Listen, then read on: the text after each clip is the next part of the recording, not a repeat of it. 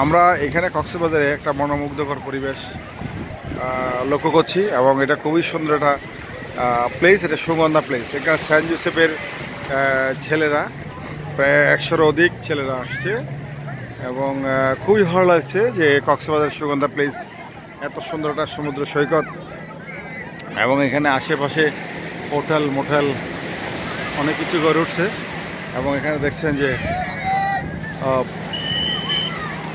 ঢেউ আসছে পড়ছে এবং খুব ভালো লাগতেছে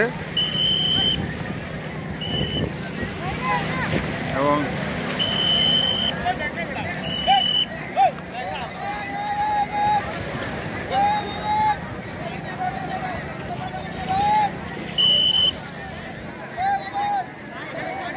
খুব ভালো লাগছে আসলে।